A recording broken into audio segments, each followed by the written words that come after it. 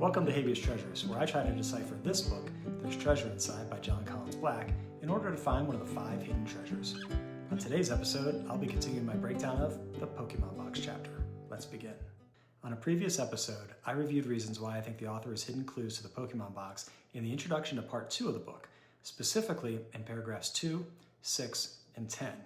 Now in that video, I spent most of my time explaining paragraphs 6 and 10, so today, let's look at paragraph 2.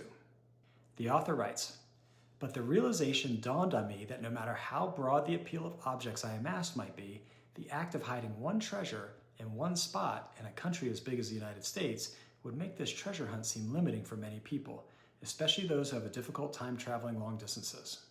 Now the part of this that stood out for me was the line, "would make this treasure hunt seem limiting for many people, especially those who have a difficult time traveling long distances." And here's why. Let's break this apart into 3 pieces. Seems limiting for many people, time traveling, and long distances. I think the author might be referring to the TARDIS from the TV show Doctor Who. The TARDIS is a time machine that is in the shape of a blue police call box. One of the interesting things about the TARDIS on Doctor Who is that it's bigger on the inside than the outside. In fact, the interior exists on a different dimension than the exterior, and contains an entire spaceship complete with multiple rooms. So, as the author indicates, the TARDIS is an optical illusion. From the outside, it seems limiting for many people, but in reality, it can fit them all comfortably. And since the TARDIS is a time machine that looks like an old-fashioned phone booth, you can also make the connection to time traveling and long-distance phone calls. Okay, I know what you're probably thinking. This is interesting, but how does it tie into a location in New Orleans?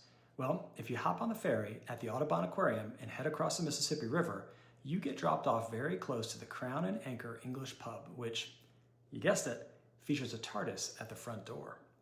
Okay, now when I first made this connection, it felt like a bit of a stretch. Now in order to feel more confident, I needed to find some part of the Pokemon Box chapter that also connects to the Crown and Anchor British pub. Well, the part of the story where the author shows the Faberge Frog to the Croaky Anchor Ninja also mentions England, specifically the British royal family that collected these figures, so I decided to start there. Okay, now here's where it gets really interesting in my opinion. The author makes a point of connecting the Faberge Frog to the Japanese art of Netsuke and to the Japanese-inspired Pokemon. Why? Well, I think he's trying to connect to another Japanese-inspired word, emoji. All right, let me explain. In Japanese, the word "e" means picture and moji means character, so emoji means pictograph. And the first emojis were created by Japanese portable device companies in the late 1980s. And in addition to both being Japanese-inspired, emojis and Netsuke have more in common. They are both miniature representations of people, animals, and other things. One's digital and the other one's physical. All right, so now let's look at this section of the story again and see how many emojis we can find. Frog, bear, red eyes, clapped feverishly. It's impressive how well you do that, I acknowledged. Winked, gasped with surprise. Okay, so hopefully now you're convinced that emojis are a potential clue, but you're still probably wondering, how do they connect to the Crown and Anchor English pub? Well, in the story, the author explains that the British royal family collected over 700 of the Faberge miniatures, but that the company ceased production and stopped making them a long time ago. I think this leads us to 2 final emojis, the crown for the British royal family and the anchor for stopping production. Now I admit the Crown and Anchor English pub is a fair bit away from the location of the other clues I found, specifically Elk Place and the Spotted Cat Music Club.